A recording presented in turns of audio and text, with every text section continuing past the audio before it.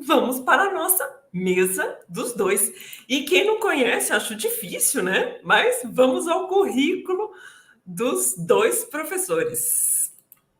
Jussara Hoffmann, mestre em avaliação educacional, graduada em letras, foi professora e coordenadora pedagógica nas redes públicas e privadas. Foi docente de pós-graduação e professora adjunta na Faculdade de Educação da UFRGS. É consultora educacional em escolas e faculdades. E o professor Cipriano? Cipriano Carlos Lucchesi, doutor em educação, mestre em ciências sociais, bacharel em teologia e licenciado em filosofia, professor aposentado da Universidade Federal da Bahia, tendo atuado nas áreas de filosofia e da educação, autor de livros e artigos publicados em revistas especializadas.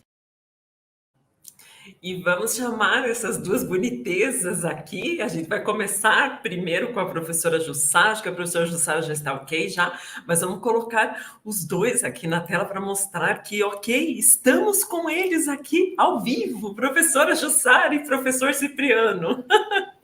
Tudo bem? Tudo lá, gente, merece print, né? Esse momento merece print, é uma honra ter esses dois gigantes aqui com a gente. Então, vamos fazer o combinado? A professora Jussara começa, depois vem o professor Cipriano e depois nós temos um momento ainda para um bate-papo com todos os educadores que estão aqui com a gente. Pode ser? Pode ser. Perfeito. Sem dúvida. Então, professor Cipriano, lhe coloco no cantinho. Quem sou eu para tirar o professor Cipriano da tela e colocar ele no cantinho? Estou fazendo isso com receio.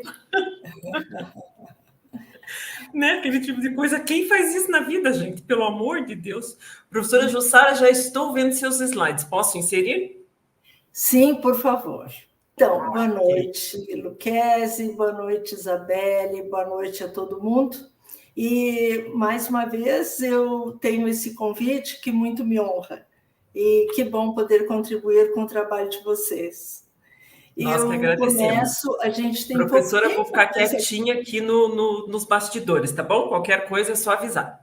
Claro que sim. Então, eu tomei a liberdade, na verdade, pessoal, de trocar um pouquinho, de fazer uma pequena troca no título, avaliação como instrumento da aprendizagem, para avaliação como favorecedora da aprendizagem, que é justamente a essência da avaliação mediadora, uma teoria que eu defendo há muitos e muitos anos. Tá? Vocês vão poder perceber por que eu fiz, na verdade, essa troca ao longo da nossa conversa. Nós continuamos muito preocupados com a avaliação, e isso é muito bom. Eu iniciei esse trabalho na década de 80 e havia muita ansiedade em torno do assunto e poucos educadores que estudavam, realmente pesquisavam sobre o tema da avaliação. O Lucchesi foi um dos meus autores preferidos na época, continua sendo. Ele iniciou a desenvolver um novo olhar, né, sobre a avaliação, que é muito importante, colocando a questão da ação como essencial no processo. E eu introduzi um tempo depois, a questão da terminologia avaliação mediadora. A questão que eu trago aqui a vocês, que nem sempre faz parte dos nossos pensamentos, é que qualquer forma de avaliação, qualquer sistema de avaliação, vocês diriam qualquer tipo de avaliação, que eu não gosto dessa terminologia, porque, na verdade, a avaliação é um processo que tem várias formas de se apresentar, vários sistemas diferentes de avaliação. Mas qualquer sistema de avaliação, ele acaba sempre no aluno. O foco é sempre o aluno, não sei se vocês já pensaram sobre isso. Então, tanto a avaliação institucional, como a avaliação de concurso, tal como o Enem exames em larga escala, como o PISA, como Prova Brasil, como provas em quaisquer concursos, e a própria avaliação em sala de aula tem como ponto de partida o aluno. E nenhum desses sistemas vai melhorar, e esse é o foco da minha conversa hoje. Nenhum desses processos, desses projetos, destes cursos, ou as escolas, ou mesmo os sistemas de ensino estaduais, municipais, federais, nenhuma resolução será cumprida se o aluno que está na ponta e no final do processo não melhorar a sua aprendizagem. Então, há uma enxurrada de processos de avaliação, de sistemas de avaliação hoje, que, por vezes, nos levam a um pensamento muito confuso em relação ao que estamos fazendo, tal como avaliar em sala de aula, como se estivéssemos realizando uma prova de concurso eliminatória. Ou basear a avaliação da aprendizagem em sala de aula pelas exigências dos exames em larga escala ou institucionais. É muito comum uma escola analisar questões, por exemplo, da Prova Brasil, ou no ensino médio, analisar questões do Enem e aplicá-las em sala de aula, mas o que é muito sério, levando o uso desses instrumentos para classificar os alunos nas escolas, para inclusive reprová-los. Então, nesse primeiro momento, né, é preciso ressaltar a vocês que, na verdade, tudo começa pela sala de aula. E o papel do professor, do dia a dia, da educação infantil ao ensino médio, é o mais importante de todos.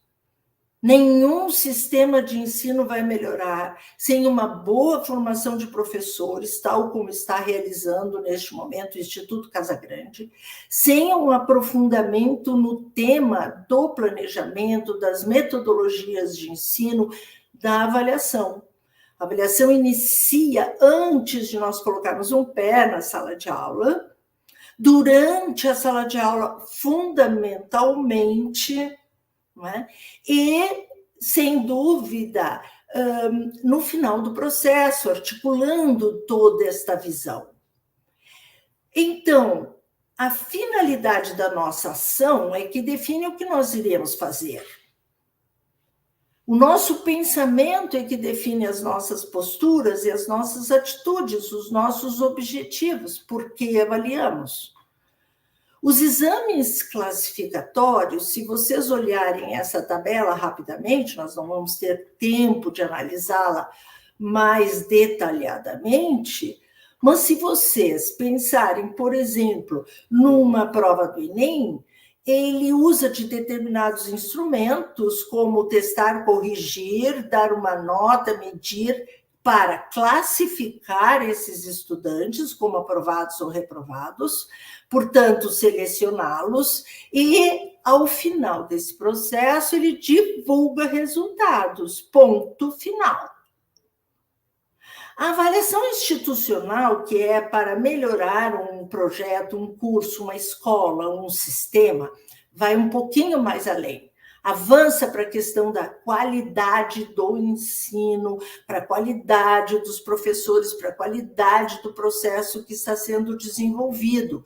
Por quê? A avaliação institucional, ela busca analisar os dados, ela testa também o aluno, ela corrige as provas do aluno, ela estabelece notas e conceitos dos alunos, mas ela vai além de classificar e selecionar, analisando dados. descrevendo a qualidade desses dados que foram analisados e buscando, que é muito importante, compartilhar com sujeitos que participam desse processo esses descritores, e ela compartilha resultados.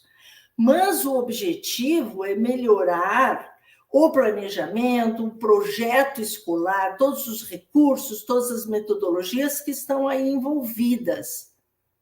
Não há o objetivo, ou seja, a finalidade não é propriamente, diretamente, a melhoria da aprendizagem daquele aluno que foi testado, por exemplo. Porque muitas vezes essas mudanças ocorrem no ano seguinte, ocorrem a partir de um novo planejamento. Este aluno já passou por aquele ano letivo e, portanto, ele nem sempre será beneficiado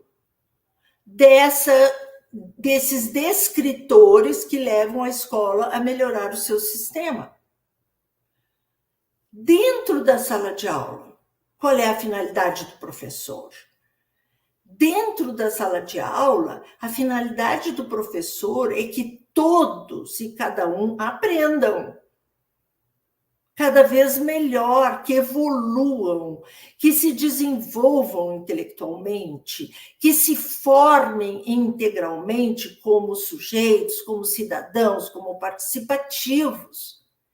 E este dia a dia do professor pode sim envolver instrumentos similares, semelhantes aos exames institucionais, aos exames classificatórios, mas ele tem uma finalidade muito distinta, porque ele afeta, ele envolve diretamente a mudança daquele sujeito, a formação, a promoção integral dos alunos. Então, quando se fala em avaliação da aprendizagem, naturalmente, consequentemente, os processos precisam ser outros. E esses processos são muito mais complexos, porque não há um jeito absolutamente certo de se avaliar a aprendizagem. Cada professor vai enxergar o aluno a partir de suas próprias possibilidades e limites, e cada aluno vai reagir com cada professor a partir de suas próprias possibilidades e limites. E eu insisto sempre que nós não vemos o que o aluno aprendeu, porque a aprendizagem é um fenômeno muito complexo. Uma criança que lê muito bem pode realmente ter como tradução dessa sua suposta aprendizagem notas altas em provas escritas, por exemplo.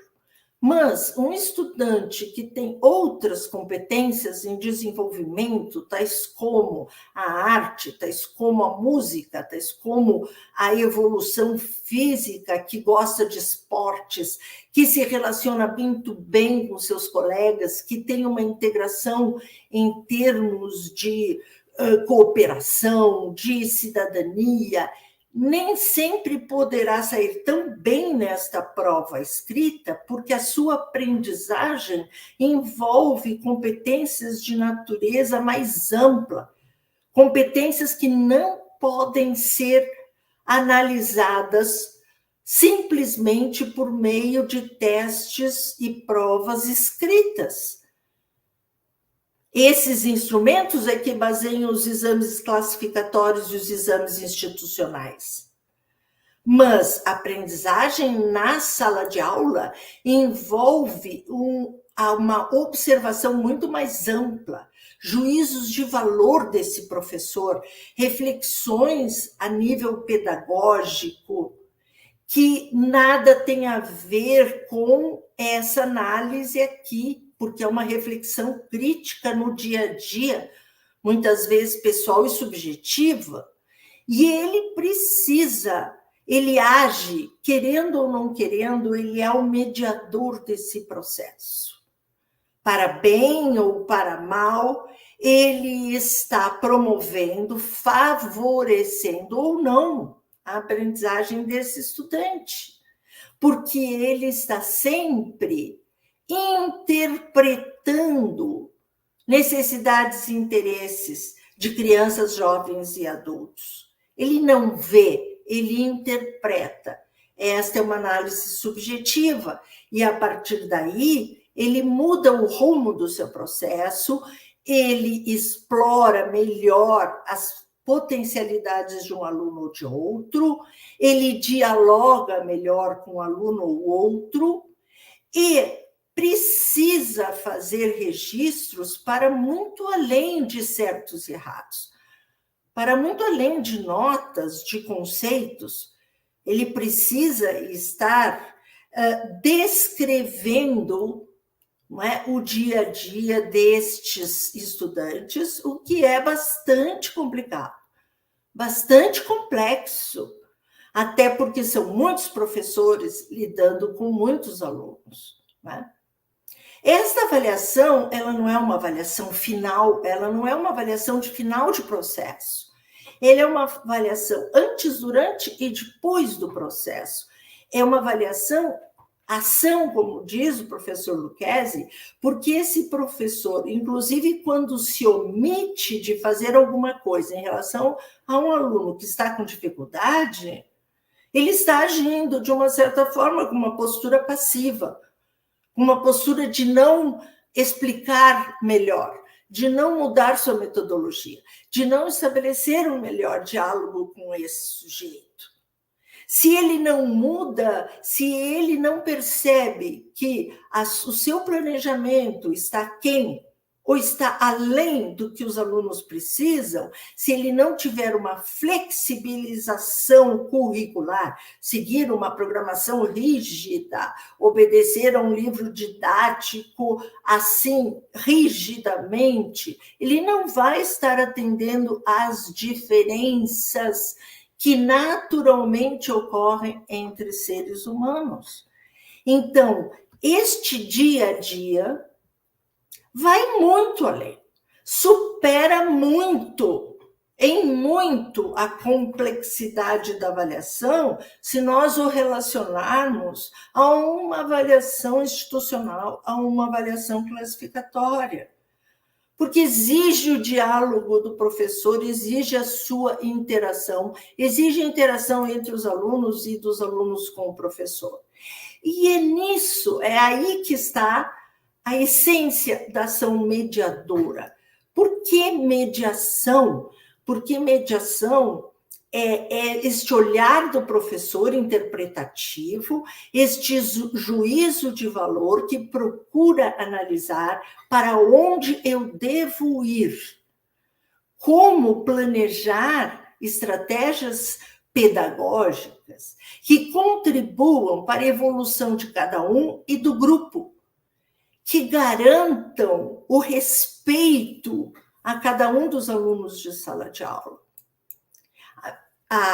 A BNCC, ela apresenta um trecho na sua introdução que coloca este olhar inovador e inclusivo como substancial à formação integral do sujeito e aos desafios da sociedade contemporânea.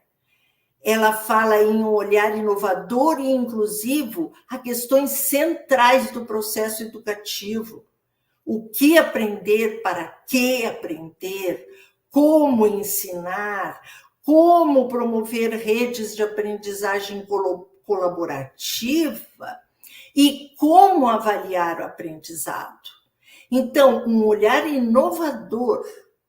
Não dá para nós continuarmos com este olhar do século passado de padronizar e comparar, de considerar as diferenças, por exemplo, não, eu vou fazer tarefas mais fáceis para um aluno que é surdo, para um aluno que apresenta determinados déficits de atenção. Não, eu preciso não padronizar e comparar ou buscar notas mais precisas para essas diferenças, o que é absurdo, né? Mas eu preciso substancialmente individualizar, valorizando as diferenças. Eu digo considerar as diferenças é muito pouco perto de valorizar as diferenças. Nós temos que ser conscientes da subjetividade inerente ao processo de avaliação. Cada aluno aprende no seu tempo, ao seu ritmo, da sua maneira e se expressa diferentemente. Alguns se expressam mais sinestesicamente a partir dos seus movimentos, outros se expressam melhor por escrito, outros se expressam através da música, outros se expressam em silêncio.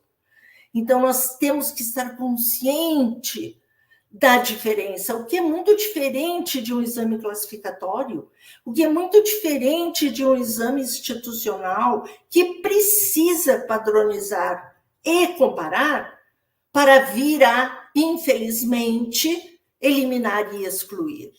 Nós visamos a educação integral, e educação integral exige uma educação de corpo e alma, exige um professor de corpo inteiro, de pensamento pleno em cada um desses sujeitos, não deixando nenhum para trás.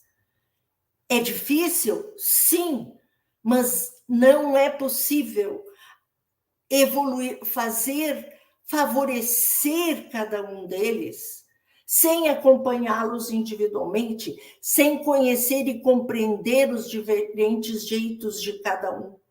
E a nossa intenção no dia a dia, antes de entrarmos na sala de aula, e a cada minuto que nós estamos ali, é de oferecer apoio pedagógico. Nós estamos avaliando quando nós estamos apoiando, não quando nós estamos cumprindo funções burocráticas, não quando nós estamos corrigindo provas finais. Nós estamos avaliando quando nós estamos mudando de postura para favorecer a melhoria da aprendizagem de cada um dos nossos alunos. Este olhar inovador que a BNCC propõe envolve, estes slides poderão ficar com vocês, estará gravado no YouTube, envolve essa rede de olhares. É preciso ampliar o olhar. É preciso pensar em como definimos o currículo para essa turma, dessa escola, nessa idade, com esse objetivo. É preciso analisar o contexto de vida de cada um dos alunos, que muda muito o seu jeito de aprender. É preciso envolver, entender, avaliar, valorizar a aprendizagem nas suas múltiplas dimensões, do fazer, do ser, do conviver, do aprender informações novas, do ter curiosidade, do ser crítico, do ser um ser social que respeita o outro, de ser protagonista. Nenhum exame de lápis e papel enxerga um sujeito em sua integralidade. E só o professor pode fazer isso, só os professores no seu coletivo serão capazes desse olhar múltiplo, este olhar que pode ser traduzido por essa imagem, essas engrenagens de pensamento do aluno sempre em movimento, e o professor com as suas engrenagens em movimento. Muitas vezes há umas dissonâncias, essas engrenagens trancam, essas engrenagens correm mais rapidamente, giram mais rapidamente. Mas eu só posso, como professor, estar tendo o objetivo de pensar como o meu aluno pensa, de interpretar a resposta que ele está me dando, de pensar no modo que ele vive para chegar a ter um pensamento dessa natureza.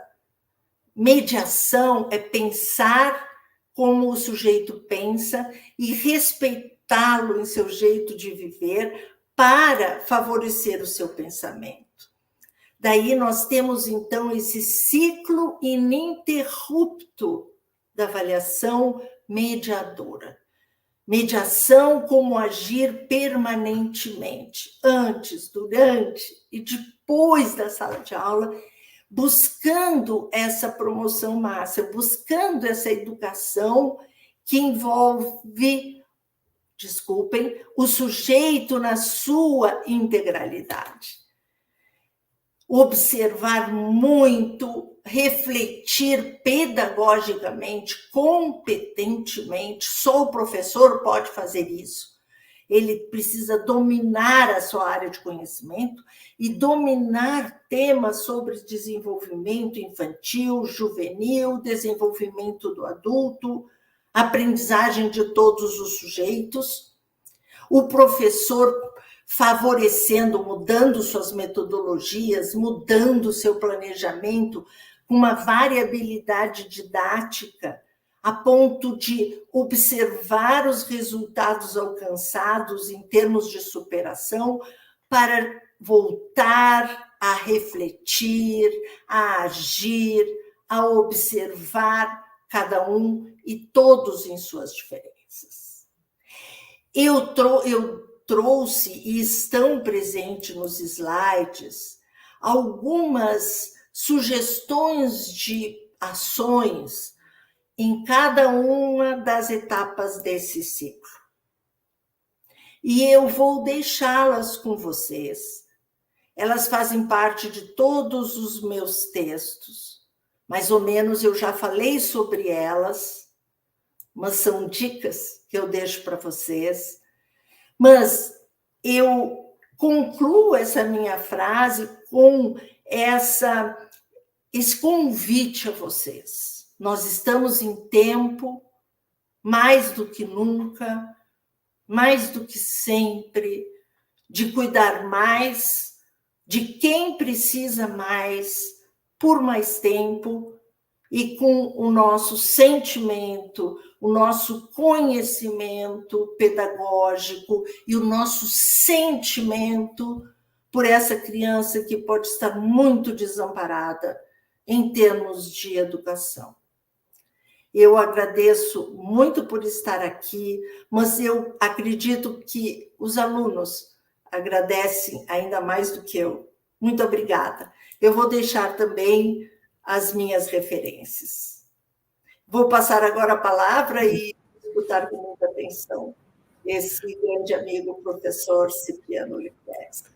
Que lindeza, professora Jussara. Puxa vida, chega até a emocionar com esse final, essa fala ainda. As professoras e professores aqui, vou usar no feminino, professores, porque tem muitas mulheres aqui, estão assim, maravilhadas aqui, do tipo, gente, estou vendo esses dois aqui, né? O professor Luquezzi já está vindo aqui também nesse momento, lindo, professor, e ainda falando dessa forma nesse fechamento. Puxa, professora Jussara, tome uma água agora, eu vou lhe colocar aqui no cantinho, como eu disse. Agora eu vou escutar, agora eu vou aprender. É isso mesmo, como eu disse, professor Luquezzi, quem sou eu para colocar a professora Jussara no cantinho aqui embaixo, né, meu Deus? Eu vou aprender agora e muito. Não é? Que delícia, né, professora? E vamos agora, então, para o nosso mestre, professor, mestre doutor, professor Luquezzi, direto da Bahia, não é, professor Luquezzi? Só ligar o som, professor. Agora Salvador. Salvador, na Bahia, muito bem representado. Aliás, professor Luquez, sempre nós temos muita gente do Nordeste aqui, então eu acho que é uma representação melhor ainda, que o pessoal fica bem enlouquecido, Nordeste, Norte, São Paulo, Rio de Janeiro, Sudeste, que estão sempre muito com a gente, mas eu sempre falo muito no Nordeste, porque temos um público muito grande mesmo. Então, professor Luquez, agora eu fico quietinha aqui, igual a professora Jussara, e por favor, é com você, professor. Muito obrigada. Muito grato, Isabela. Isabelle, né? Não Isabela, Isabelle. E também agradecer a Jussara a partilha de conhecimentos que ela fez com todos nós, né? E eu quero cumprimentar todos que estão assistindo essas conversas e partilhando com perguntas, dúvidas e coisas semelhantes, né? Então, o tema que ficou definido para que eu trabalhasse com vocês tem o seguinte título: Avaliação escolar como instrumento de aprendizagem. Foi uma escolha da organização do evento e da organização dessa conferência minha e de Jussara, né? Eu quero começar de sinalizar para vocês que o tema da avaliação da aprendizagem não é novo, né? Então, se a gente estuda um pouco a história da educação, a gente vai lá na Grécia, especialmente, onde Platão, Aristóteles, enfim, os filósofos trabalhavam e cuidavam para que os seus aprendentes efetivamente aprendessem e se desenvolvessem. Mas a avaliação, como nós compreendemos hoje, como nós utilizamos institucionalmente hoje, ela começa a ganhar forma no século XVI. Até meados do século XVI, praticamente a gente não tinha a instituição escolar coletiva. Aliás, não tinha instituição escolar. Tinha uma educação quase que individual ou de pequenos grupos, 2, 3, um mestre de pintura que ensinava 3 aprendizes, um mestre de... Enfim, não havia escola como nós conhecemos hoje. A escola, como ela existe hoje, nós praticamos e vivemos dentro dela, a escola, nesse tipo de organização, ela foi constituída mais ou menos nos meados do século XVI. Inicialmente pela pedagogia jesuítica. A Ordem dos Padres Jesuítas foi criada por Inácio de Loyola final do 1530. Em 1540 foi reconhecida pelo Papa como uma ordem religiosa. E a Ordem dos Padres Jesuítas tinha como objetivo, claro, que a cristianização, a formação cristã dos cidadãos, mas, ao lado disso, via a educação escolar que eles começavam a organizar. Então, anteriormente aos jesuítas, a educação era quase que individual. E a partir de meados do século XVI para cá, ela é coletiva, é grupal. Vocês todos e eu também vivemos esse tipo, seja como estudante, seja como professor, como professora e assim por diante. Nesse período, essa temática da avaliação da aprendizagem, ela ganhou conotações históricas diferentes. Então, os jesuítas praticavam provas e eram praticadas provas quase que diariamente, mas de modo especial aos sábados, por isso se chamava sabatina, que era uma investigação da aprendizagem dos estudantes por parte dos estudantes, e isso era praticado constantemente, e de modo especial aos sábados e ao final de cada período de estudo. A prática proposta na Ratio Studiorum, o documento que estabeleceu a pedagogia jesuítica em latim, se chama Ratio Atque Institutio Studiorum Societatis Jesus, e é conhecido como Ratio Studiorum, né? Ou como pedagogia jesuítica. E nós somos herdeiros da pedagogia jesuítica. Não tem jeito, a gente pratica provas, a gente elabora provas ou testes, aplica nos estudantes, para que o estudante revele se ele aprendeu ou não aprendeu, e então a gente pode saber se o nosso trabalho produziu o efeito desejado ou não. Do lado da pedagogia jesuítica, emergiu a pedagogia protestante.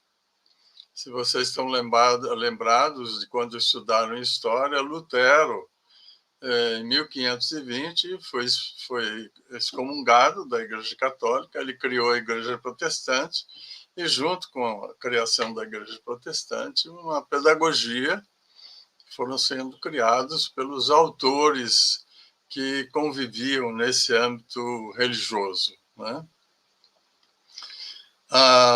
Comênio, que era um religioso protestante, publicou muitos livros, mas o mais conhecido chama-se Didática Magna, onde ele expõe e propõe que nós pratiquemos atos avaliativos. No final de cada aula, no final de cada semana de aula, no final de cada mês, no meio do ano, no final do ano. Então, o Comênio propunha que fossem constantemente praticados atos avaliativos que não tinham como intenção aprovar ou reprovar, tinham como intenção saber se os estudantes tinham aprendido aquilo que havia sido ensinado, né? Então, o século XVI e o século XVII está marcado por um entendimento da avaliação como subsidiária do ensino e da aprendizagem. E só existiam 3 conceitos: aprovado, reprovado e médio. Aprovado quem aprendeu tudo, reprovado quem não aprendeu, e médio quem aprendeu mais ou menos. Todavia, pedagogicamente, tanto na linha jesuítica como na linha comeniana, você deveria praticar uma avaliação que permitisse o educador, especialmente, porque eram homens, né, tomassem conta da aprendizagem ocorrida e daquilo que se deveria fazer para que todos aprendessem. Foi com a Revolução Francesa que se decidiu que a classificação da aprendizagem do estudante não seria mais aprendeu, não aprendeu e médio. Seria de 0 a 10, que é o que nós utilizamos até hoje. E essa mudança trouxe algumas coisas estranhas. Por exemplo, eu ensino adição. Um estudante acerta tudo que eu ensino no teste, ele tira nota 10. Aí eu ensino subtração. Ele não revela que não aprendeu quase nada, ele tira a nota 2.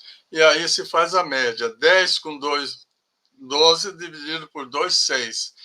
6 está acima da média de 0 a 10. Então, o estudante é promovido. Todavia, ele só aprendeu adição, ele não aprendeu subtração.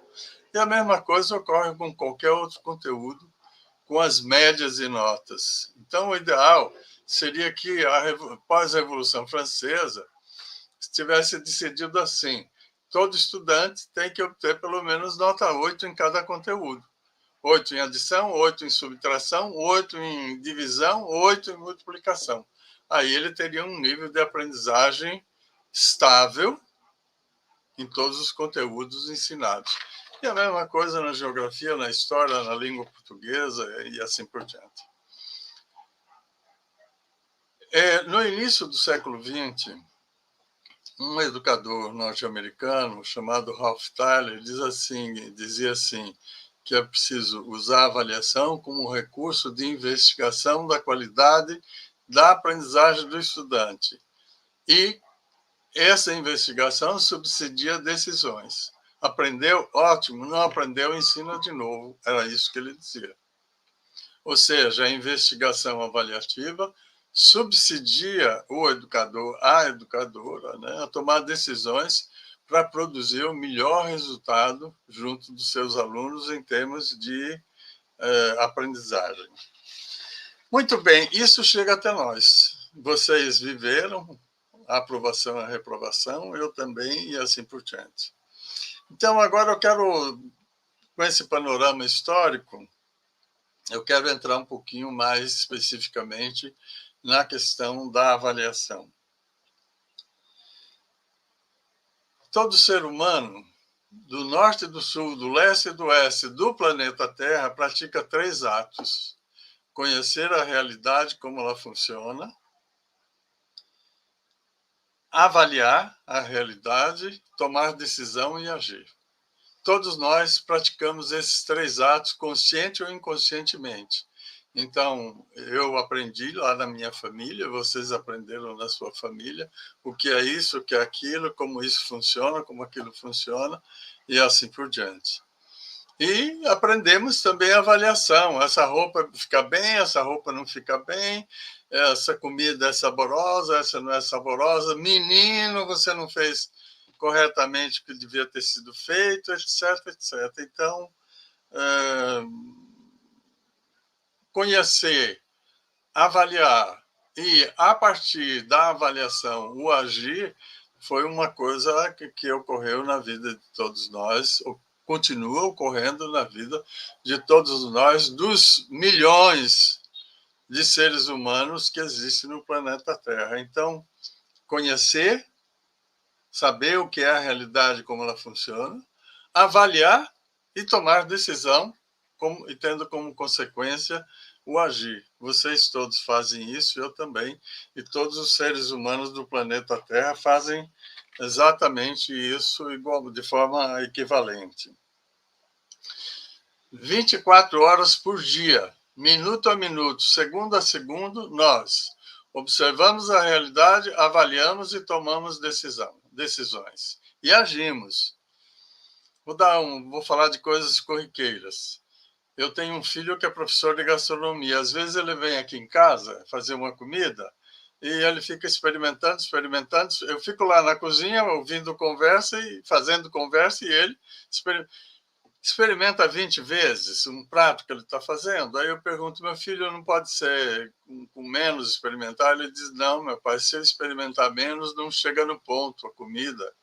A avaliação subsidia chegar no ponto. O alfaiate coloca a roupa para que a gente use, verifica se fica bem. Nós olhamos no espelho de manhã, o nosso cabelo está no lugar certo. Enfim, a avaliação é 24 horas por dia, minuto a minuto, segundo a segundo. E ela nos auxilia a tomar decisões e construir o melhor resultado possível com a nossa ação. Então, o ato de avaliar é um ato de investigar a qualidade da realidade. E essa investigação propicia escolhas e decisões. Então, quem dirige carro, por exemplo, está dirigindo aqui numa determinada rua. Está muito engarrafado, pensa assim, bom, aqui do lado tem um caminho que eu posso tomar. Sai para o lado e vai seguir. Aí diz assim, mas o caminho lateral é mais longo, não tem importância nenhuma para o motorista, porque ele quer seguir e não ficar parado no engarrafamento. Como é que ele tomou essa decisão? Avaliando. Então, a avaliação é a nossa parceira, a nos dizer da qualidade da realidade e nos permite tomar decisões que sejam construtivas, não é? Eu costumo dizer que a avaliação ela se assemelha ao grilo. na história do Pinóquio. O grilo morava no ouvido do Pinóquio, e o Pinóquio era danado, né? Na historinha da literatura. E o Pinóquio tomava um caminho, o grilo no ouvido dele dizia: rapaz, o caminho não é esse, o caminho é outro, por esse caminho você não vai chegar onde você quer, e assim por diante. E a avaliação faz isso. Ela nos sinaliza a qualidade do resultado da nossa ação. E, à medida que ela nos sinaliza a qualidade do resultado da nossa ação, nós podemos tomar decisões, não é? Decisões construtivas, deve ser construtiva sempre. A gente diz assim, mas existem alguns cidadãos que não usam a ação construtivamente. Ela é destrutiva socialmente, mas para aquele sujeito que pratica atos indevidos, sociais, para ele está bom, não é? Então, a avaliação, ela não tem time, ela não tem ética por detrás. A ética é do sujeito que pratica a avaliação, do sujeito que usa o resultado da avaliação.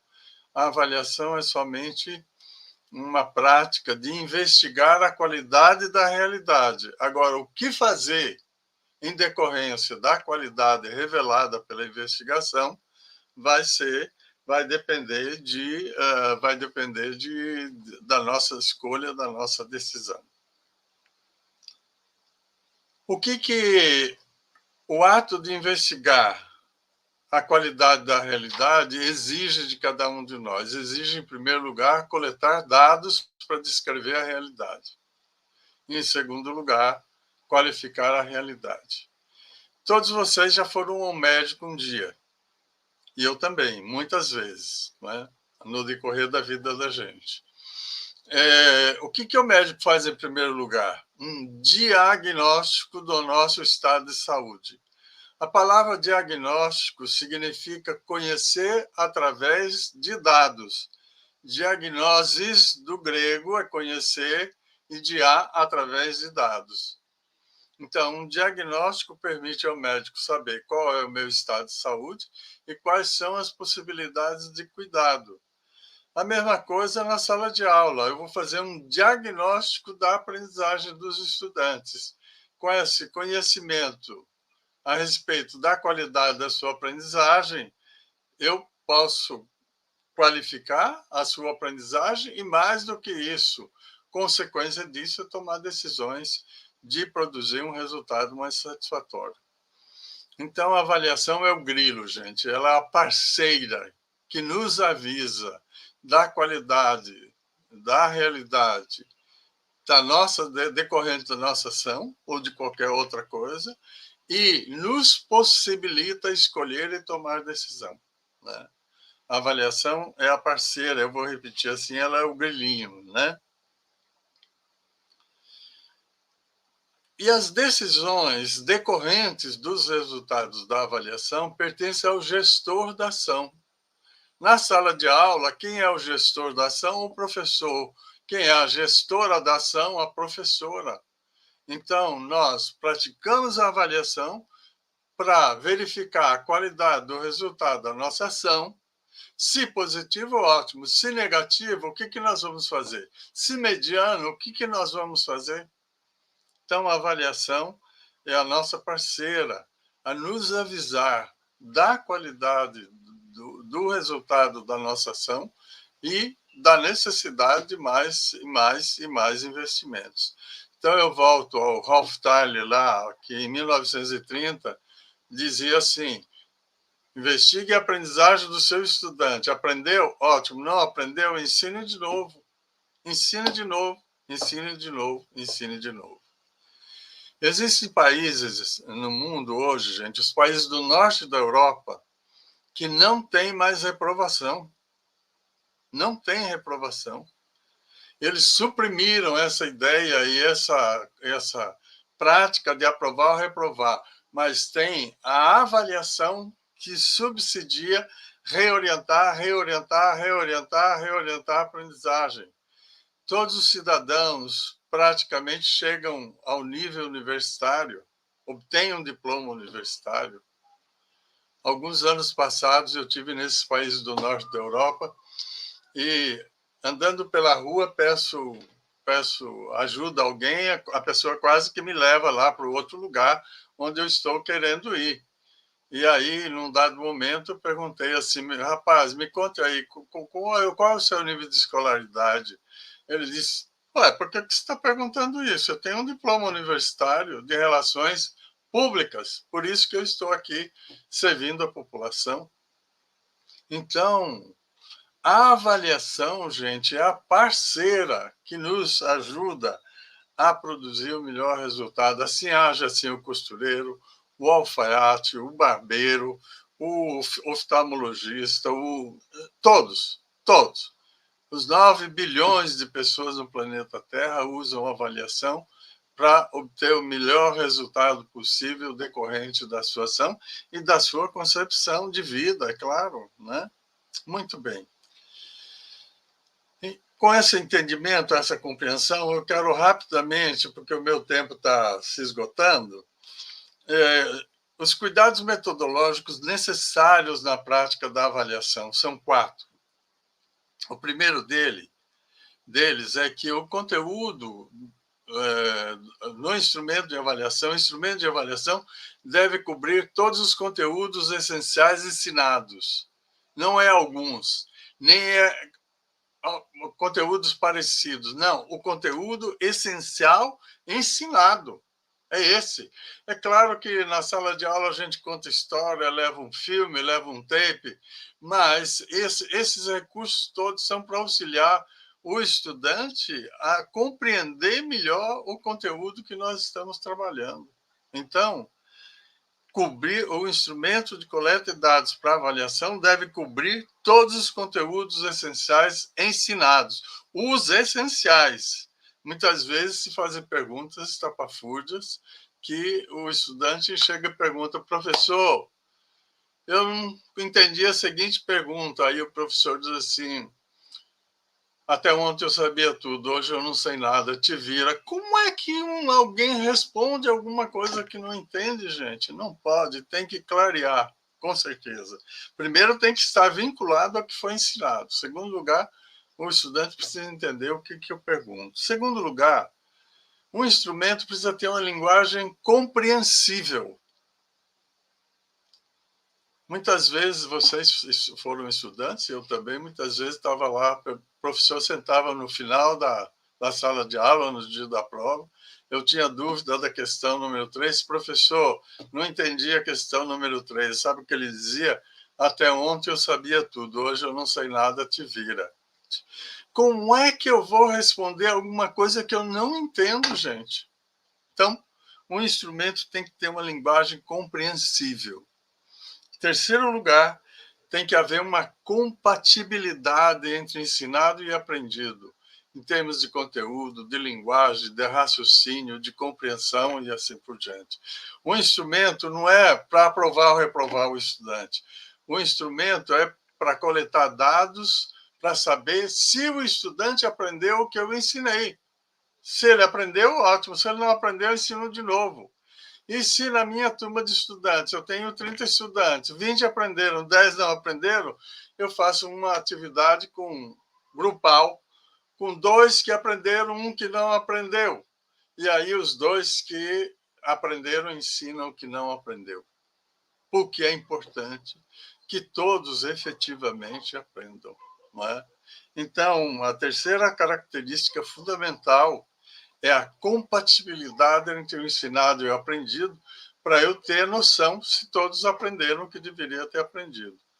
E, por último, as questões devem ter precisão. Precisão significa que eu estou querendo saber alguma coisa precisa, não genérica. Fale sobre o descobrimento do Brasil. O descobrimento do Brasil foi descoberto em 1500. Aí a gente diz assim, mas não era isso que eu queria que você falasse. Então, você tem que definir. Fale sobre o descobrimento do Brasil tratando da viagem de Pedro Álvares Cabral. Aí eu preciso, o que eu quero saber? E não uma pergunta genérica, porque depois o estudante responde de um modo E eu fico dizendo, não era isso que eu queria que ele respondesse, e aí dá errado, nota baixa e coisas semelhantes. Então, os instrumentos, gente, de coleta de dados, teste, prova, trabalho escrito, etc., devem levar em consideração esses 4 pontos. Cobrir todos os conteúdos essenciais, usar uma linguagem compreensível, ter uma compatibilidade entre o ensinado e o aprendido em termos de conteúdo, de método, de raciocínio e precisão. Com isso, eu tenho um bom instrumento, aplico, os estudantes respondem, eu corrijo, e esse instrumento vai revelar para mim, através das respostas dos estudantes, se eles aprenderam ou não aprenderam. Se eles aprenderam, ótimo. Se eles não aprenderam, ensina de novo, ensina de novo, ensina de novo. Quando eu estudei recursos de avaliação da aprendizagem, foi em 1968 que eu comecei a estudar isso. Já tem um pouco mais de 50 anos. O professor que me ensinava medidas educacionais colocou lá para a gente tinha que fazer uma raiz quadrada, só que todo mundo já tinha 23, 24, 25 anos, ninguém mais sabia fazer raiz quadrada. Em vez de ele dizer assim, que absurdo, vocês não sabem nem mais fazer raiz quadrada, não aprenderam isso direito, etc, etc. É o discurso que a gente costuma fazer, né? Ele disse assim, bom, se vocês não estão lembrados, eu vou fazer um exercício. Foi para o quadro de giz, 10 minutos expôs a raiz quadrada, propôs um exercício, nós fizemos o exercício, ele perguntou quantos acertaram, quantos não acertaram. De nós todos, éramos 50 estudantes, uns 30 acertaram, uns 20 não acertaram. Ele deu outra explicação e disse, vou propor outro exercício. Todo mundo fez o exercício, corrigiu, e agora todo mundo acertou. Então, ótimo. O que o meu professor fez? Em vez de dizer assim, que absurdo, vocês com essa idade não saberem fazer raiz quadrada, ele pegou e reensinou para que a gente ganhasse a habilidade necessária para fazer aquela atividade que ele estava propondo. Então, a avaliação é a nossa parceira que nos diz, rapaz, você fez isso, produziu um resultado satisfatório, maravilha. Produzir um resultado medianamente satisfatório, invista mais, invista mais, invista mais, invista mais. Não é? Eu acredito que muitos de vocês dirigem carro. Como é que a gente aprendeu a dirigir carro? Vocês se lembram? Aula, quando a gente sentou a primeira vez no lugar do motorista, tinha lá 3 pedais,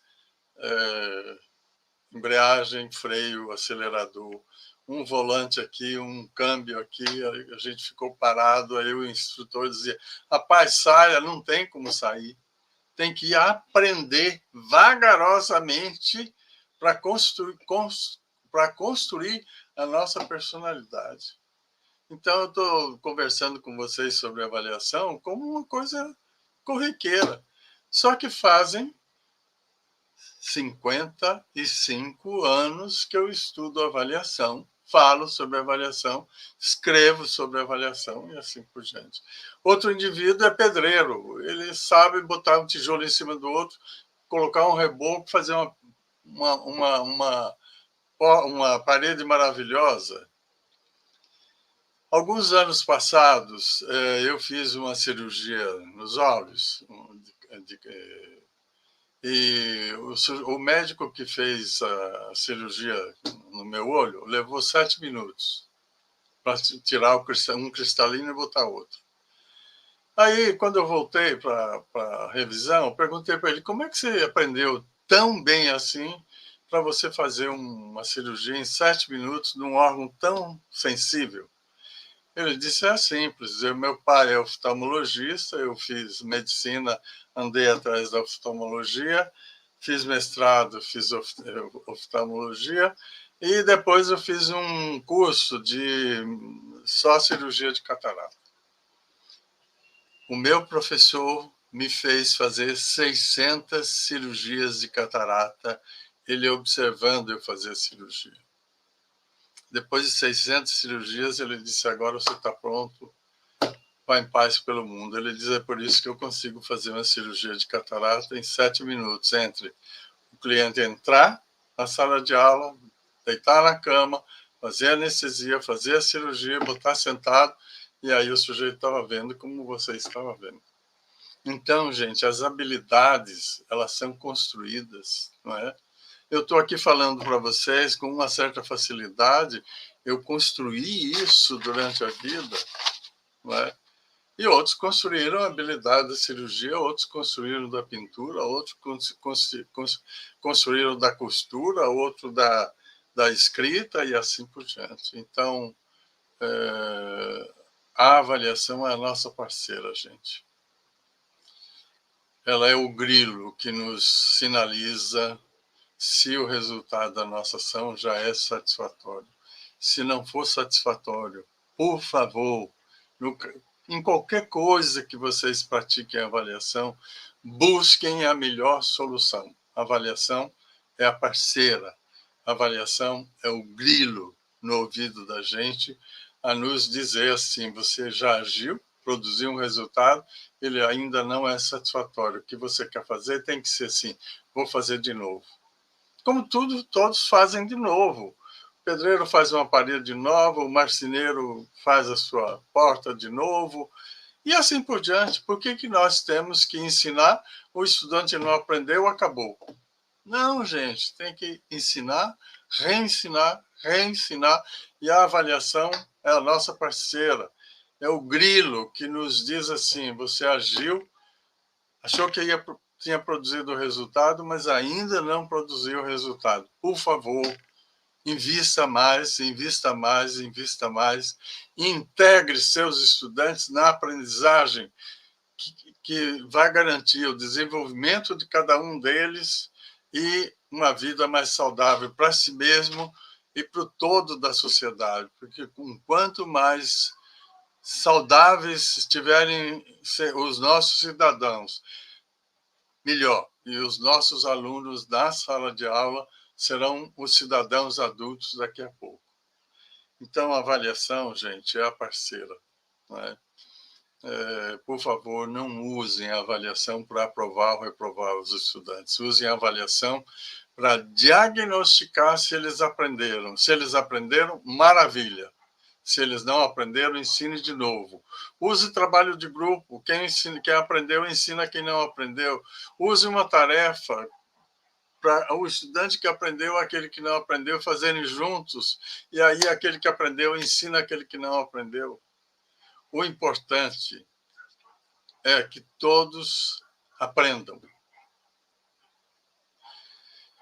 Última coisa que eu vou falar para vocês. Eu fui uma criança multirrepetente. Eu fui reprovado na 2ª série, 3ª série, 4ª série da antiga escola primária. E aí eu fui fazer exame de admissão para chegar ao ginásio, fui reprovado de novo. Na primeira série, no preliminar, que era o curso que existia entre a escola primária e o ginásio, eu tive um professor de língua portuguesa que nos disse assim, eu só sei 2 coisas, ler e escrever. E é isso que eu vou ensinar para vocês. Esse ensino me fez quem eu sou hoje. Então, o que esse professor fez? Tinha 65 alunos na minha turma. Todos foram aprovados. Recentemente, os meus colegas resolveram achar os colegas perdidos pelo Brasil, e dos 65 nos reunimos 45. E dos 45, 35 tinham doutorado e os outros 10 tinham mestrado ou graduação. A quem nós devíamos isso? A esse professor de língua portuguesa. Então, eu e vocês, nós professores, devemos agir para que os nossos estudantes aprendam o conteúdo com o qual a gente trabalha. Incluamos esses estudantes na aprendizagem e, consequentemente, no desenvolvimento como ser humano e como cidadão. Então, a avaliação é a nossa parceira, gente, é o nosso grilinho no ouvido. Muito obrigado, muito grato a vocês e muito grato pelo Instituto Casa Grande, que me convidou para partilhar conhecimentos com vocês. Muito grato. Professor Cipriano, olha quem eu tenho aqui do meu lado. É o Pinóquio. E cada vez que eu vejo o Pinóquio, eu lembro do grilo. Ah, que maravilha! Lembre da avaliação. Exato, exato. O tempo inteiro eu olho o Pinóquio e falo professor Cipriano, porque me lembra o grilo. A história do grilo sempre. Maravilha. Professor Cipriano, que delícia! Mas agora, para ficar mais gostoso ainda, vamos chamar a professora Jussara Hoffmann para voltar aqui com a gente, professora. Maravilha. Vem Maravilha. aqui, boniteza. Olá, Jussara olá, Hoffmann Cipriano. aqui.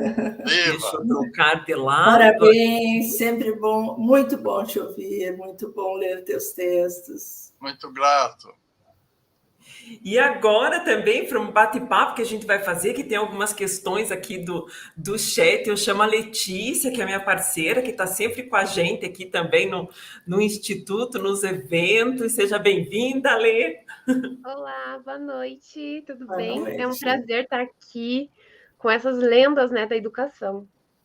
A Lê também Viva, foi Letícia! estudante. Viva! Foi estudante de pedagogia, representa a nova geração, né? Ela já fez várias pós, agora tudo, e também sempre aparecia, né, Lê, lá nas referências bibliográficas, Hoffmann, né, e Lucchesi. Então, está aqui junto, né? Eu tenho que começar colocando primeiro, eu dei muita risada quando eu vi essa mensagem, e tem muitas mensagens calorosas, né, cheias de amor, tudo, mas essa daqui, gente, é algo que eu gargalhei aqui nos bastidores. Cadê aquela ali? Essa aqui. Olha o que o Ronaldo colocou. A NASA não tem professora Jussara Hoffmann e o professor Cipriano Lucchesi. Nós temos. Amei. Maravilha! Eu fotografei essa mensagem porque eu Maravilha. achei muito maravilhosa. Muito nível de criatividade sensacional e resume a nossa noite, né, gente? Nós temos Desde que a NASA não queira nos mandar para o espaço, Isabel. aqui Viva! com a Viva! gente pertinho, né? Vamos então a algumas perguntas do pessoal, porque tem muitas homenagens, né, carinhos, tudo, mas tem perguntas também. Lê, você começa? Vou começar com uma pergunta aqui da Ana Paula Gonçalves. Peraí, deixa eu mudar o formato aqui, senão vai ficar ruim por conta aqui da nossa outra boniteza, Laísa, intérprete. Vamos colocar nesse formato aqui, ó. Isso. Lê, pergunta. A pergunta da Ana Paula diz assim: terei que fazer os relatórios de avaliação dos meus alunos do primeiro ano do Fundamental, agora no final de março. Como avaliar em tão pouco tempo? Não seria mais correto fazer um relatório diagnóstico? Posso falar? Fica à vontade, professor. Então, a pergunta leva muito em consideração o nosso modelo de uso da avaliação. Modelo histórico. Reprovar, reprovar, reprovar, aprovar, aprovar, aprovar. Tem que usar a avaliação assim. Agora, nesse primeiro minuto de aula, meu aluno não entendeu uma frase que eu disse. Explico de novo. Nos 10 minutos, um menino levanta a mão e diz assim: professor, eu não estou conseguindo entender o que você está falando. Explica de novo. Não precisa esperar o final da semana, não precisa esperar o final do mês, não precisa esperar o final do bimestre. A avaliação, gente, é minuto a minuto. E o gestor de uma ação usa a avaliação para tomar decisões sucessivas e construir o resultado desejado. Eu vou falar uma coisa bem diferente. A Mona Lisa, a pintura da Mona Lisa, que todo mundo conhece, ela demorou mais ou menos 10 anos para ser pintada. Sabe por quê? porque o bendito pintor passava diante da tela e dizia assim, aqui está precisando de um pinguinho mais, aqui está precisando de um tracinho mais. Aí a gente vê a beleza que é a Mona Lisa, não é? Mas é a mesma coisa, gente. Um estudante vai precisar de uma ajudazinha aqui, outra ali, outra lá, outra lá, outra lá, para ele poder se desenvolver. Eu falei para vocês do professor que me tirou da multirrepetência. Eu escrevi melhor, ele deu como tema, assim, tem muito tempo, tem mais de 60 anos isso. Ele deu como tema para nós trabalharmos um pingo d'água. O que um aluno de 13 anos, um rapaz de 13 anos, escreve sobre um pingo d'água, eu não sei. Mas devia ser uma coisa assim, um pingo d'água cai. Em vez do meu professor dizer assim, que absurdo, só isso, a primeira coisa que ele disse foi assim, maravilha, beleza a sua frase. Aí eu levei um susto, não é? Mas ele acrescentou assim, mas pode ser melhor. Professor, se é uma beleza a minha frase, como que pode ser melhor? Vou lhe ensinar, tem figuras de linguagem, tal. Escreve de novo. Aí eu escrevi de novo o texto, deu 5 linhas. Ele corrigiu e disse, nossa, como melhorou, mas pode ser melhor. Eu reescrevi esse texto 8 vezes. Então, vocês leem as coisas que eu escrevo e gostam, eu devo a esse professor. O nome dele era Benedito de Moraes Prachedes. Era um professor de língua portuguesa. Ele tinha certeza de que nós precisávamos aprender e, para aprender, precisaria corrigir e reensinar. Corrigir e reensinar. Nunca dizer assim, isso está uma porcaria, isso... Como que você faz uma... Nunca. Reensinar. É por isso que eu estou aqui, gente. Então, a avaliação não pode ser hoje, daqui uma semana, daqui a 15 dias. Isso pode ser a estrutura administrativa de uma escola. Mas a prática da avaliação na sala de aula é instante em instante. Um salve para o professor Benedito, né? Como diz a Laodiceia. Está no céu. Está no céu. Que lindo. Com certeza. Professora Jussara, quer comentar alguma coisa também nessa questão? A pergunta é tão ampla dessa professora, porque envolve, na verdade, muitas questões. Ela está cumprindo uma tarefa da escola. Essa é uma questão que nós temos que pensar. E ela está pressionada por essa tarefa da escola.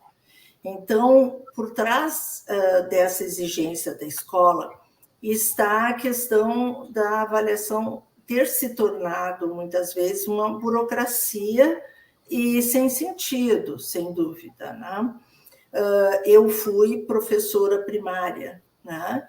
E os professores alfabetizadores, já na década, imagina, eu fui professora nos anos 70, os professores das primeiras séries, os alfabetizadores, eles precisavam realmente, a escola permitia que eles passassem um semestre conhecendo as crianças para então registrar e falar das crianças, o que elas ainda precisavam, né, do que trabalho eles iriam fazer com elas em termos da alfabetização.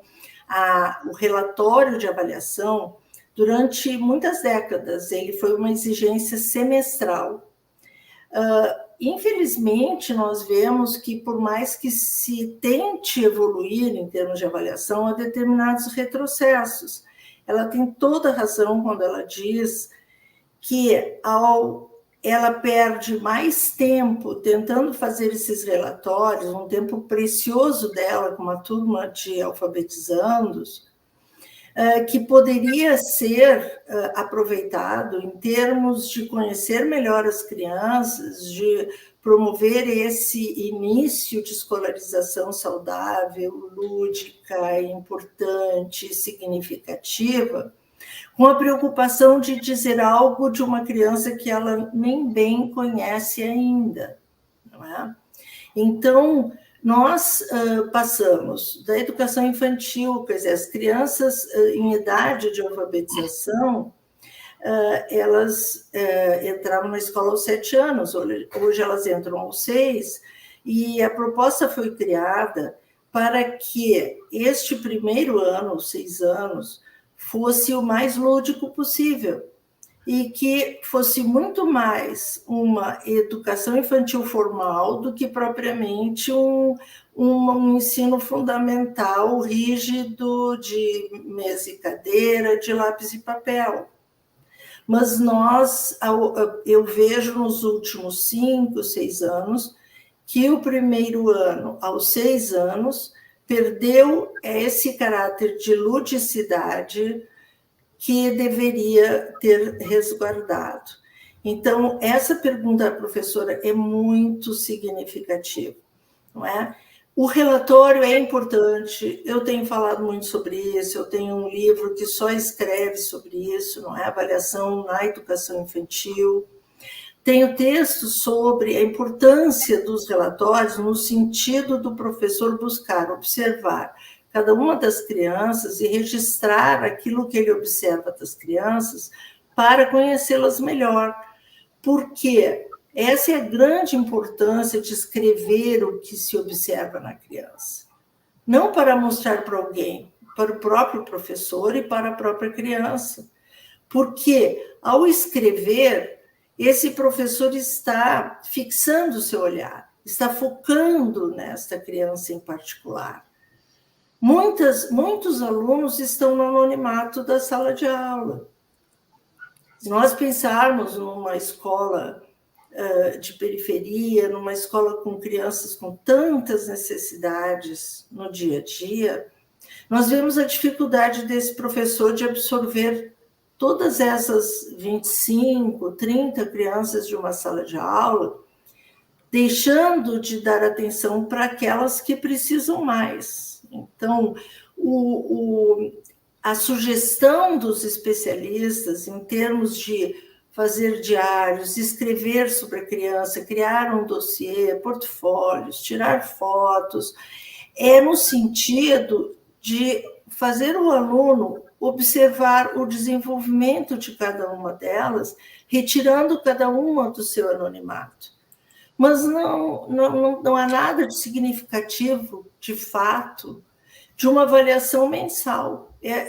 Tem um caráter burocrático, sem dúvida alguma, não é? Eu não conheço o contexto, é muito difícil de se falar, não é? Esse é um tema muito delicado em termos de regimento escolar, porque os regimentos escolares, eles são feitos muitas vezes por gabinetes de supervisão e de orientação, que não estão aprofundados no tema da avaliação e, ainda mais, são aprovados, muitas vezes, por secretarias de educação, por pessoas que também não têm o conhecimento necessário para fazer contrapontos tais como esse que eu estou fazendo, né? Então, há uma tendência de estar respondendo de cada vez de forma mais rápida, mais breve e mais superficial aos pais sobre se esta criança está aprendendo ou não. E eu digo que esta página do livro já deveria ter sido virada. Essas crianças, se a aprendizagem de uma criança de um primeiro ano, de um alfabetizando, ela é observada de uma forma muito mais ampla do que pode ser relatada, né? É difícil relatar todas as mudanças que uma criança sofre. No primeiro ano do ensino fundamental, não é uma mudança de um mês, é uma mudança de cada dia, né? Ela tem novas conquistas, novos desafios, novos termos, novas descobertas a cada segundo.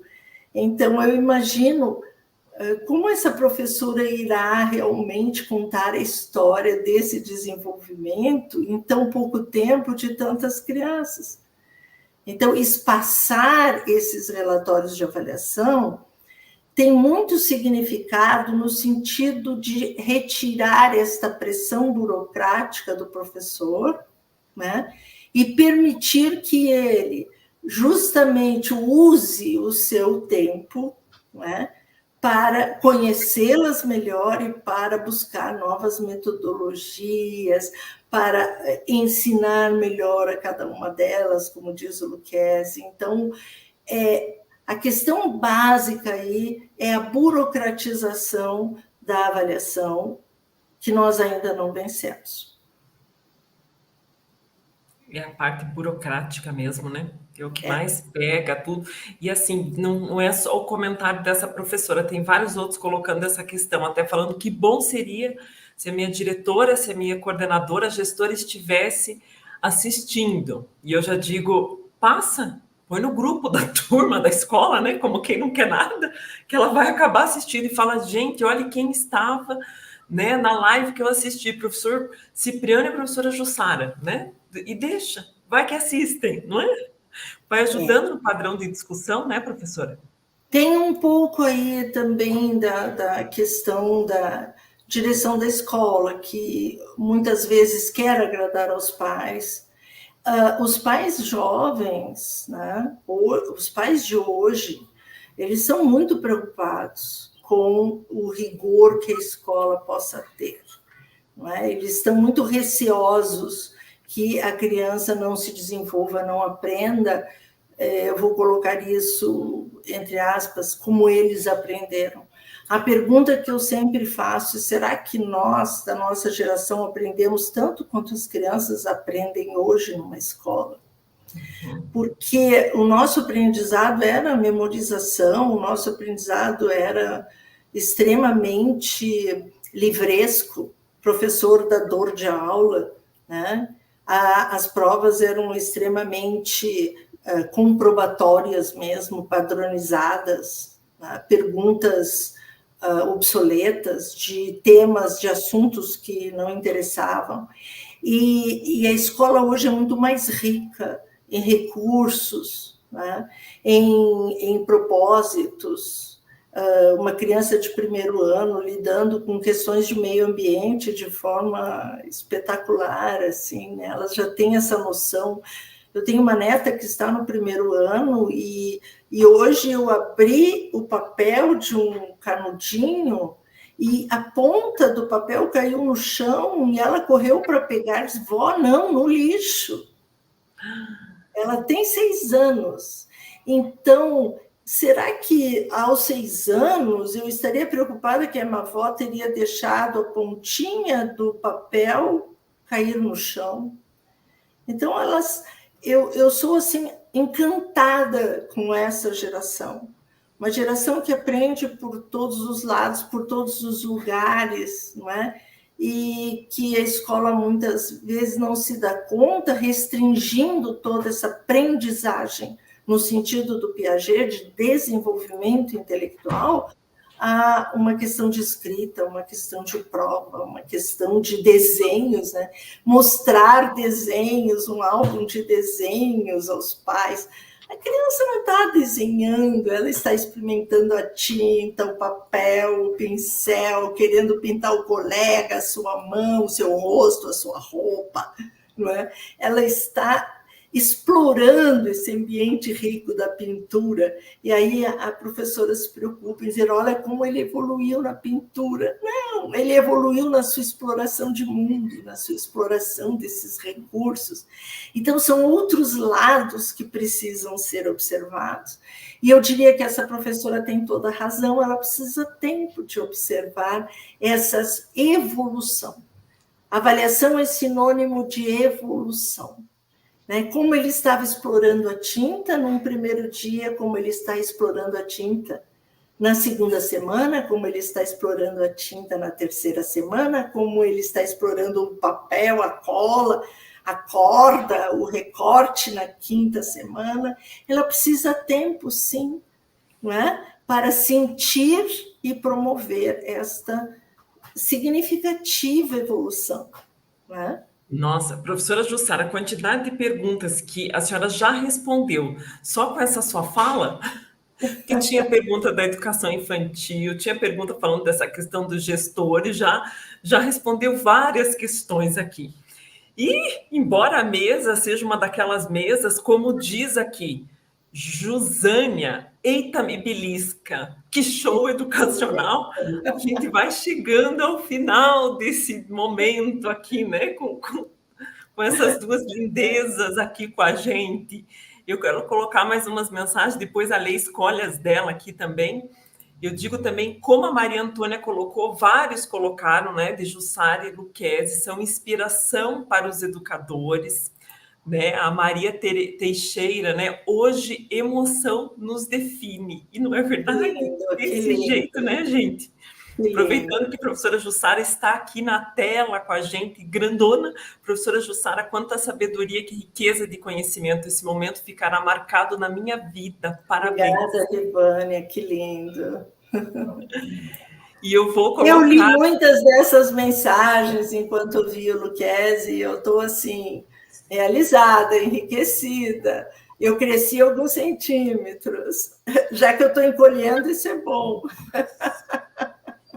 E olha só, e para o professor Cipriano aqui ler, escolhe umas para o professor Cipriano aqui também, agora para falar para ele, um carinho de final aqui.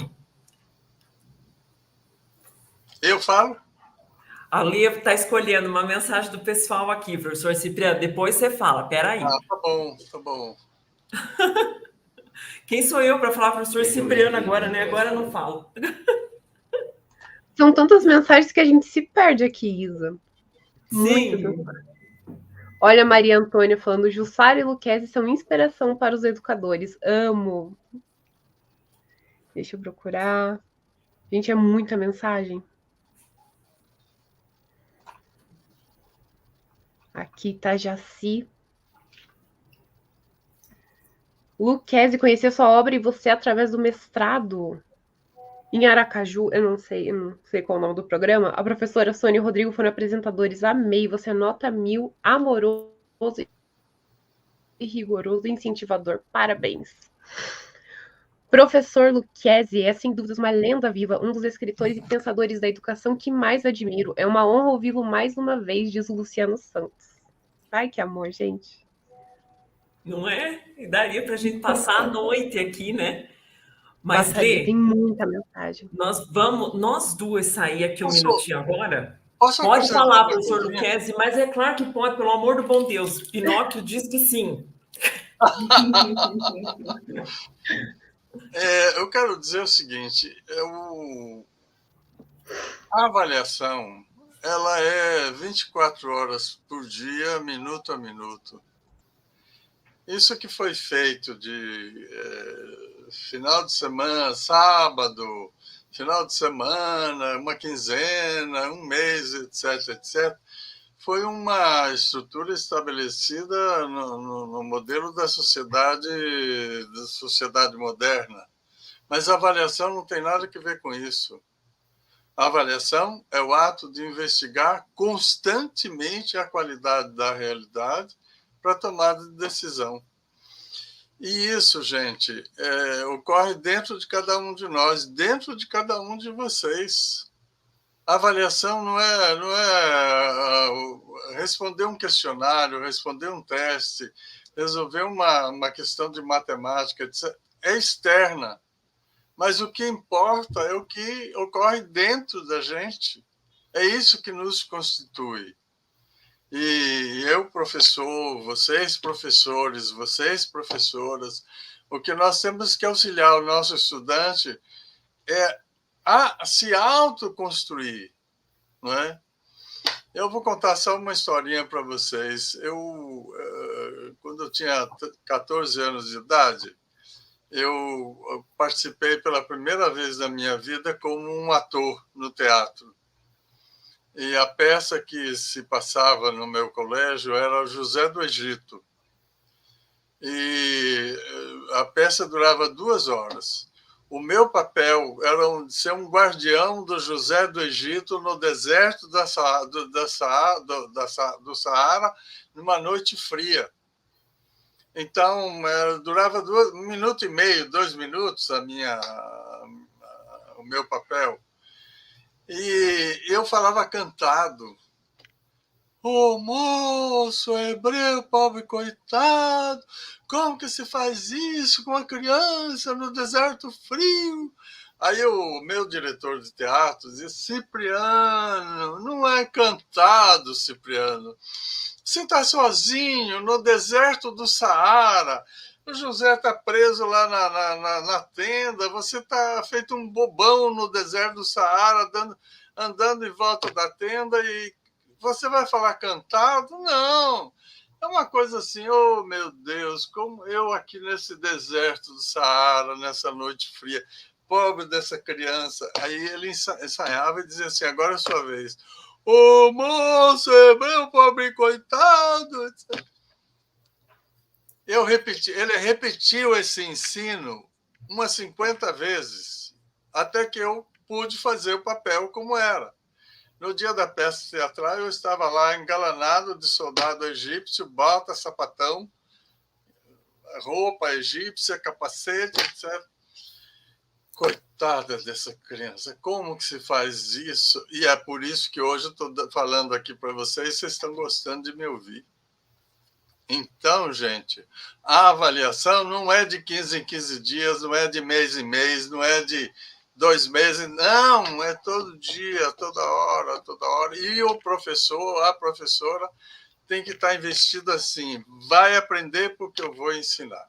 Não desistir disso. Eu estou aqui, gente, hoje por isso, porque eu tive professores e professoras que disseram isso dentro deles. Cipriano não vai levar a aprender, vai aprender. Eu estou aqui por isso, não é? Imaginem o professor na sala de aula ou a professora... Você nunca vai aprender nunca, rapaz. Não é assim que a gente usualmente diz, não é? O meu professor lá de teatro disse, vai aprender, vai aprender, vai aprender, vai aprender. E é por isso que eu estou falando aqui com essa fluidez, não é? Se não fosse isso... E eu quero dizer que o nome do meu professor era Cérvulo Madureira. Então, ele era cérvulo dos seus estudantes.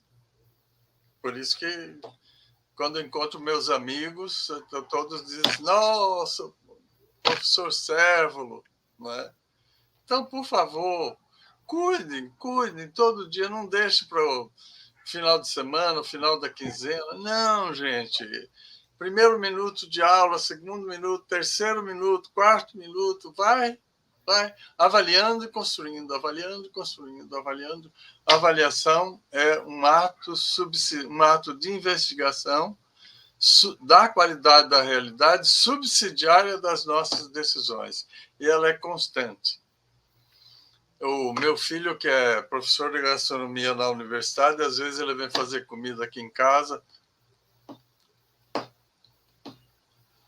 e lambe o dedo, e lambe o dedo, e lambe o dedo, e lambe o dedo, e lambe o dedo. Ele lambe o dedo umas 30 vezes para cada prato.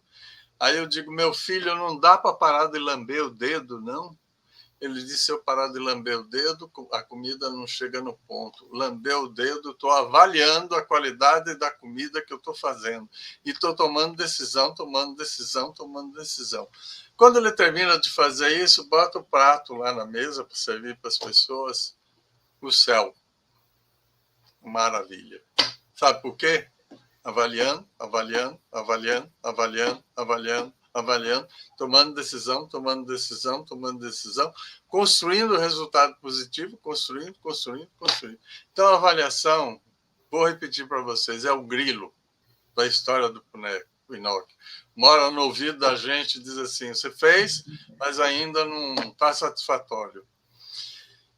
Eu quero só dizer mais uma coisa, gente. Eu já falei demais.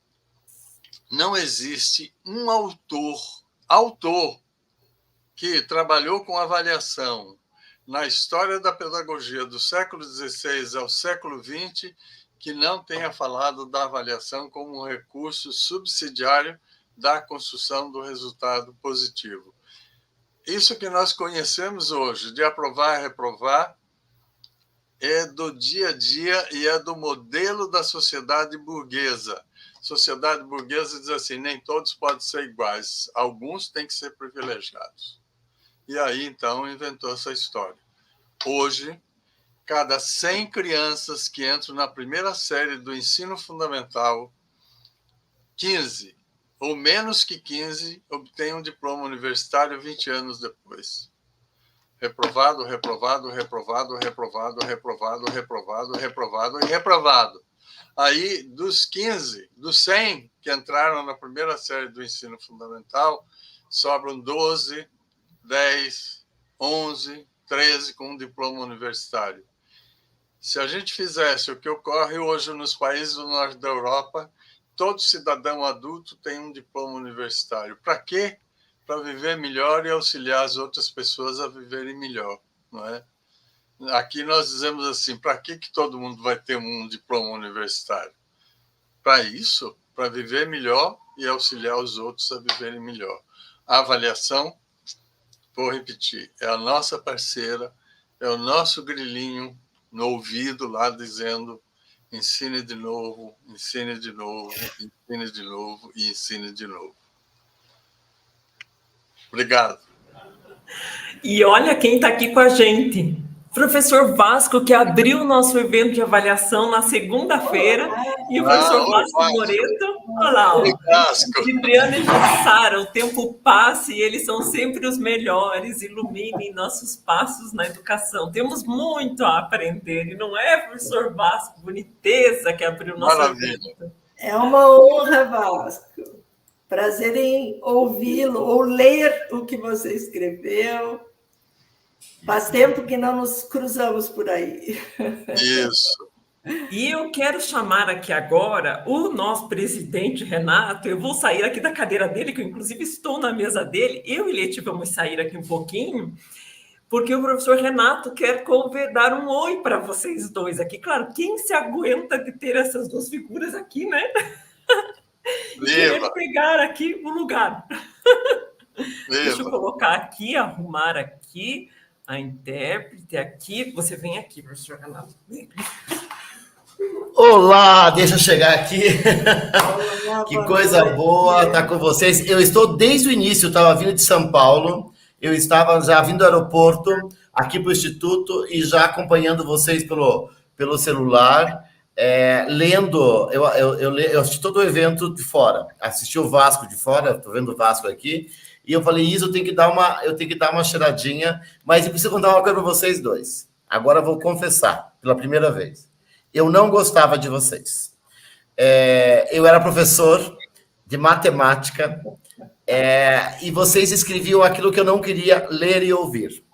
Porque eu usava a avaliação como uma arma que eu tinha para disciplina, para punir. Eu confesso, eu sou dessa escola, como o Lucchesi falou, talvez burguesa, uma formação como matemático muito dura. E eu quis reproduzir na sala de aula aquele modelo na minha insegurança, na relação com os meus educandos. A Isabelle foi minha aluna, levou um 0 redondo, a gente conta isso. Eu dei um 0 e escrevi 0 para ela ainda, e ela não pegou recuperação no final do ano, viu, Jussara? E o que o Lucchesi, acho que foi o Lucchesi que falou da média dos 5 ali, da adição, da subtração, ela conseguiu aprender adição, subtração, multiplicação e divisão, viu, Lucchesi? Então ela não ficou com a média. Ótimo, mas eu conto essa história porque no primeiro bimestre a gente tinha um costume, acho que você vai lembrar, dar nota mais baixa no primeiro, aí mesmo os alunos melhores para não completar os pontos no terceiro bimestre, que daí a gente perdia o aluno. Então a gente usava a avaliação com uma calibragem, calibrando ali assim. No final você tinha um percentual até que você podia reprovar, porque tudo isso também era meio controlado. E eu aprendi muito de avaliação com vocês, mas primeiro relutando, porque vocês me incomodavam. E como é bom ter... Então, eu quero dizer para vocês, hoje vocês dão um feedback. Vocês me incomodaram. Me incomodaram e me transformaram. Assim como o Vasco. O Vasco foi um colega mais direto, que trabalhei muito ao lado do Vasco. Então, eu quero dizer que hoje eu queria ter essa mentalidade quando eu estava no começo da minha carreira. E que bom que os professores podem assistir, porque nós não tínhamos vocês da forma como que os professores estão tendo hoje. Não tínhamos essa tecnologia, então a gente lia o livro, né, ficava um pouco distante, o coordenador pedagógico nos cobrando uma pedagogia talvez nova, e o professor insistindo na pedagogia velha. Eu costumo falar nas minhas palestras que eu mandava aluno para fora porque eu queria manter o mesmo padrão de disciplina da minha época. E a pedagoga mandava o aluno para dentro de volta. E eu queria a pedagoga do ódio, e a pedagoga foi formada na pedagogia do amor. E eu acho que foi formada na matemática do ódio. Então, demorou muito para eu entender a pedagogia, na verdade, da inclusão, do abraço ao aluno, que a avaliação talvez era a arma mais poderosa que nós tínhamos para excluir. E sem perceber que às vezes estávamos excluindo, né, a professora Jussara e Cipriano e o professor Vasco, que também está aqui nos assistindo. Então, eu quero dizer que eu estou muito feliz hoje de fazer esse depoimento, porque realmente eu tinha uma certa raiva desses que vinham falar contra aquilo que era a verdade absoluta para mim. Era meu porto seguro. E é interessante que depois eu passei a discutir, porque às vezes o professor não quer ouvir, porque é o instrumento que ele tem para manter a disciplina, que ele tinha para manter a disciplina, o comportamento, a ordem, né? A minha insegurança como professor no alto dos meus 20 anos, eu tinha o poder da matemática, da caneta, que podia dizer o seguinte: olha que eu reprovo, olha que você não vai para frente comigo. E às vezes eu olhava algum aluno e alguma aluna e criava um certo ranço com esse aluno que me incomodava, e aí eu vou pegar o exemplo da Isabelle, que ela era bastante disciplinada no início, e aquilo eu sabia que aquele zero era uma forma de dar uma chicotada nela, e dizer o seguinte: viu? Agora eu me vingo também. Eu tenho o meu momento, e o momento era da correção. É a hora que aquela caneta vermelha colocar. Era fácil em matemática. Eu podia analisar a questão como um todo, ou podia analisar o certo e errado, dependendo do meu humor. Dependia do meu humor. Dependia do bimestre. Dependia da prova. Porque eu tinha um poder absoluto de dizer: essa questão está errada. Sendo que o aluno desenvolveu, na verdade, demonstrou vários conhecimentos que ele tinha, mas às vezes ele se confundia num sinal e eu usava errado, sendo que ele desenvolveu todo o raciocínio correto, mas eu tinha esse poder. Então, como demorou para eu aprender?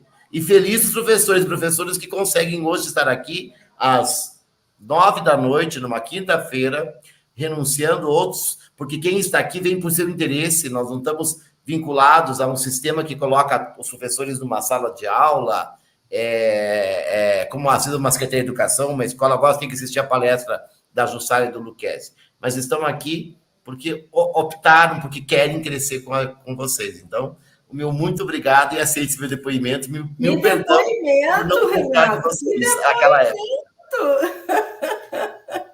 Viva! Parabéns pela tua coragem de fazer esse depoimento. Eu digo, coragem mesmo, né? Isa, vem cá, Isa. A gente brinca, a Isa, porque eu peço 1000 perdões para ela pelo zero que eu dei, né, Isa? E conte para os professores como que foi esse zero. Aluna do ensino médio, primeiro ano do ensino médio, matemática. Como que foi o zero? Foi a melhor aula da noite. Daí eu liberei cola para todo mundo tirou zero como eu. E daí o meu zero veio assim, 2 zerinhos, um risco e escrito por extenso, 0. E eu olhei e falei: meu Deus, me ferrei. Deus o livre se meus pais descobrem um negócio desse. E daí tomei jeito, tal, né? E eu não era disciplinada, eu falava bastante. Ela falava muito, e era uma turma com 60 alunos, a gente não conseguia nem andar. Uma sala acho que de 50 metros quadrados tinha 60 alunos. A gente não conseguia andar. Eu tinha que fazer 4 tipos de prova para não colarem. Então, aquela coisa de prova, e mimeógrafo, e roda-prova, e às vezes, olha que absurdo, prova de matemática objetiva para assinalar. Então, aquilo é o melhor dos mundos para o professor, porque o aluno era obrigado a colocar lá 7, 5, 3 e 4. E quando eu elaborava a questão, eu já fazia as pegadinhas. Eu já montava, se ele errar aqui, vai dar 4. Se ele errar aqui, eu me dava o trabalho de montar, de elaborar, de pensar onde que o aluno ia se enganar, porque não era nenhum erro. Aonde que ele vai se enganar? Se ele se enganar aqui, vai dar 5. Então, uma alternativa é 5. Se ele se enganar aqui, vai dar 7. A outra alternativa é 7. Veja como que nós éramos terríveis, Isa. 1000 desculpas agora. Rapaz, aprendi hoje. Deixa eu só falar uma coisa. Para dizer para vocês que ainda não é muito diferente. Então, aquilo que aconteceu com a gente, usualmente a gente reproduz, né? Então, nós fomos ameaçados, fomos castigados, fomos reprovados, aí a gente vai ensinar e a gente reproduz isso. Às vezes eu ando por aí pelo país e falo essas coisas que eu coloquei aqui hoje, aí o sujeito, alguém levanta lá e diz assim, como que a gente só vai acolher o estudante? Eles são... E lá vão desqualificando. Eu quero lembrar que no Brasil hoje nós somos 3.600.000 educadores. Gente, 1 milhão é 1.000 vezes 1.000. 3.600.000 educadores, a gente tem na mão a possibilidade de criar uma sociedade saudável através da educação. O que fizeram lá os países do norte da Europa. Está na nossa mão, né? E a avaliação é a nossa parceira, é o grilinho no ouvido que diz assim, olha, o resultado ainda não é positivo, invista mais, e assim por diante. Então, eu fico agradecido por essa oportunidade que estamos tendo aqui de conversar com muita gente que está na sua sala, na sua casa, enfim. 2.000 pessoas ao vivo aqui à noite, aí, a esse horário, 1.900 pessoas ao vivo com vocês aqui. Mais os que vão assistir depois.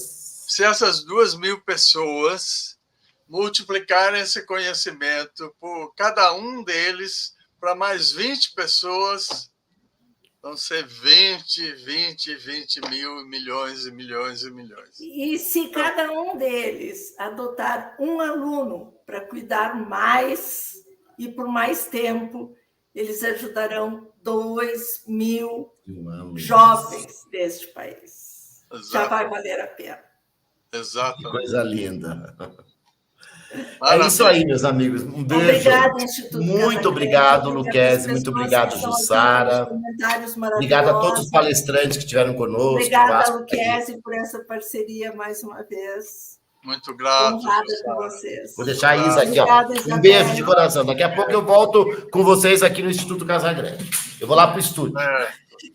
Está derrubando o Pinóquio, gente, por Deus, saiu daqui e derrubou o grilo. O Pinóquio, na verdade, é o Pinóquio, mas eu lembro do grilo. Grilo no ouvido.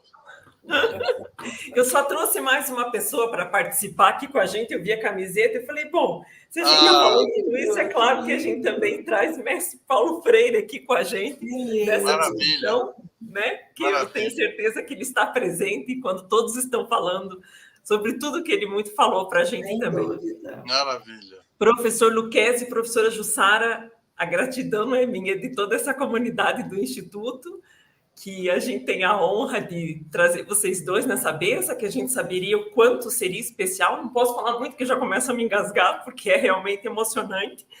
Então, só gratidão por todos que estão aqui mesmo.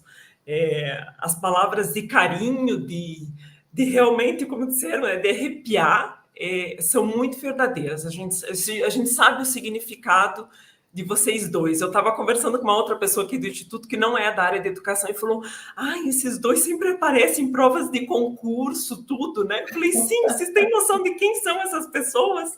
Sim, todo mundo que nem é da área de educação sabe quem são. Então, pela delicadeza de vocês sempre com a gente só tem a agradecer muito. Meu privilégio, é um privilégio que eu agradeço a Deus sempre, por ter vocês próximos, por ter essa oportunidade e a disponibilidade de vocês sempre com todos os nossos educadores e educadoras aqui. Muito obrigado. Muito obrigada, professora Jussara, também. Beijo grande para vocês, gente. Viva! E até qualquer hora, né? Com certeza. Obrigado. Obrigada a vocês. Tchau, Luquezzi, até a próxima. Isabelle, obrigada pelo teu sorriso, pelo teu carinho. E em teu nome eu agradeço a todos que expressaram tanto carinho também aqui pelo chat. Obrigada. Viva. Obrigada, gente. Boa noite. Está difícil de fechar, viu? É algo do tipo, gente, dava para ficar mais uma hora tranquilamente, porque as pessoas estão aqui fazendo perguntas. Eu tenho uma neta aqui me chamando, eu tenho que atender. Tchau. Tchau, gente. Beijo, gente. Beijo. Até.